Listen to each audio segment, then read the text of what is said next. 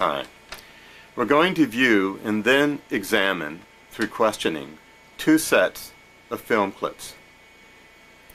What I want us to concentrate on are interruptions in these clips by the character actor, Walter Brennan. I always have to pause when I say his name, for fear that I will say Walter Benjamin. Actor, thinker, actor. I always get them confused in my mind, Brennan and Benjamin. But that's another story. In Capra's Meet John Doe, Brennan's attempt at interruptions is subtle, but nonetheless very powerful. He engages in gestures, facial expressions, trying to communicate with his partner.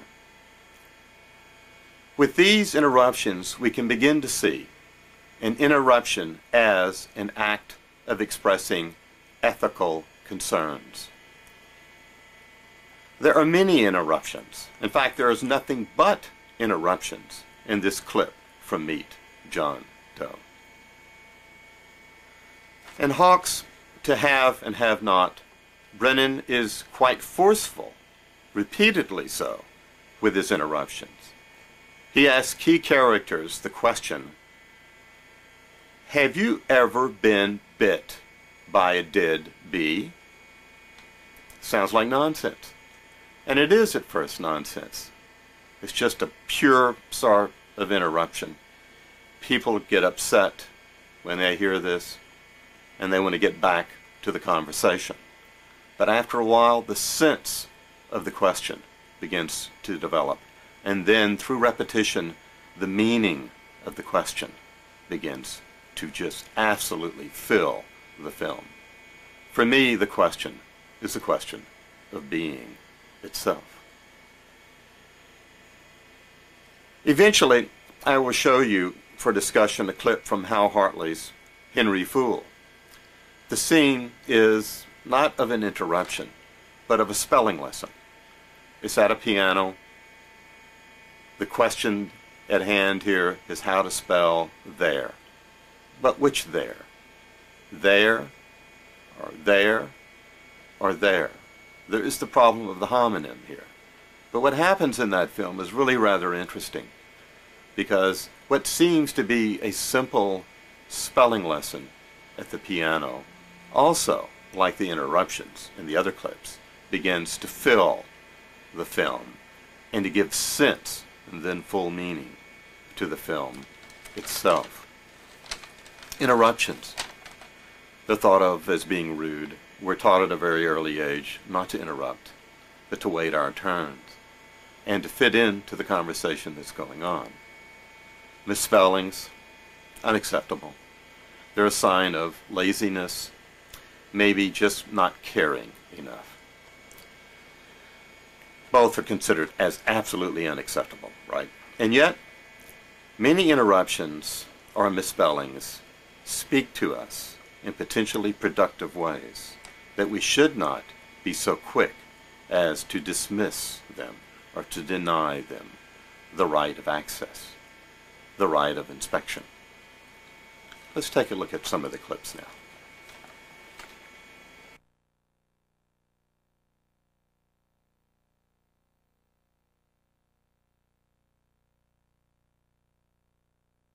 How many is that, 6?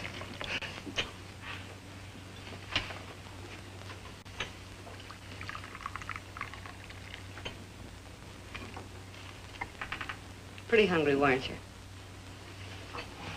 Hey, all this John Doe business is batty, if you ask me. Well, nobody asked you. Trying to improve the world by jumping off buildings. You couldn't improve the world if the buildings jumped on you.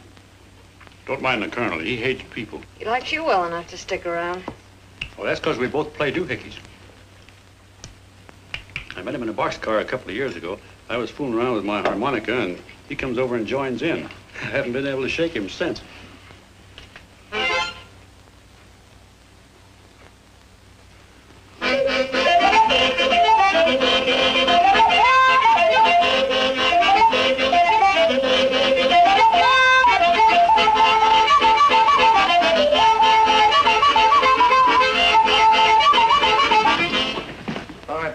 here. No, you can't take pictures of him like that, eating a sandwich and with a beard.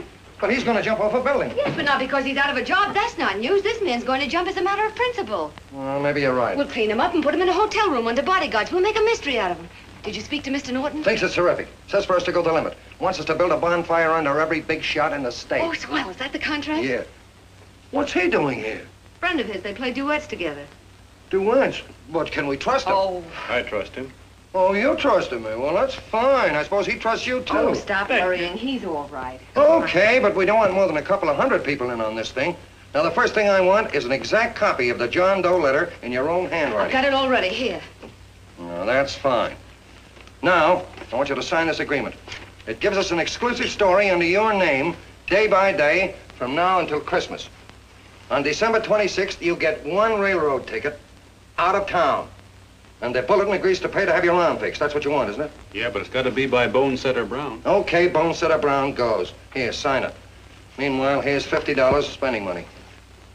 That's fine. Beanie? Yes, boss. Take charge of him. Get him a suite at the Imperial and hire some bodyguards. Yeah, and some new clothes, Beanie. You think we better have him to Laos? Yeah. Both of them? Yes, both of them, but don't let them out of your sight. Hey, Beanie, gray suit, huh? Yeah. Okay, fellas.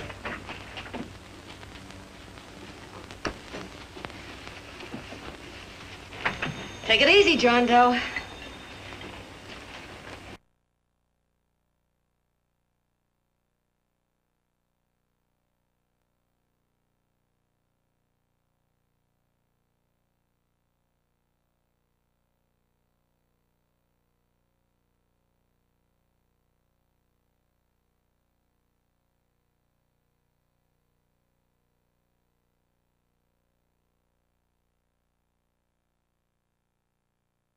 Johnson, you're unlucky. Say, Harry, would it be all right if I... In the icebox, just take one. Thanks, sir. I don't see why you want that rummy around. Eddie was a good man on a boat before he got to be a rummy. At least no good now. Started going ahead. Is he related to you or something? Nope. What do you look after him for? He thinks he's looking after me. All right, let her run.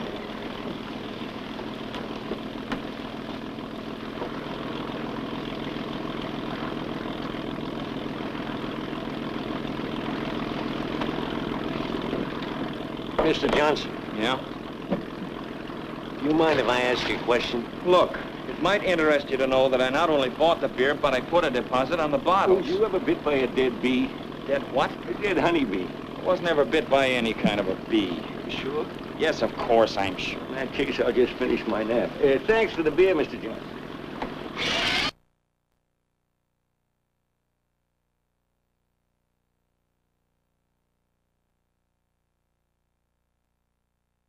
What you're doing. I'm not that friendly to anybody. But they wouldn't do that to an American. Mother, do you really think that? Who's that? It's me, Harry. All right. Hi, Harry. How you been keeping? Oh, hello, Eddie. Say, Harry, I wanted to talk to you about... Mr. Morgan, could we Who continue? are you? Who are these guys, Harry? Eddie's a friend of mine. He was hanging around the dock after you left. You've got a good memory for one who drinks. Drinking don't bother my memory. If it did, I wouldn't drink. I couldn't. You see, I'd forget how good it was, then where'd I be? Start drinking water again. Maybe you'd forget about water, too. No, I wouldn't. I see too much of it. Say, was you ever bit by a dead bee? I have no memory of ever being bit by any kind of bee. Were you? You're all right, lady.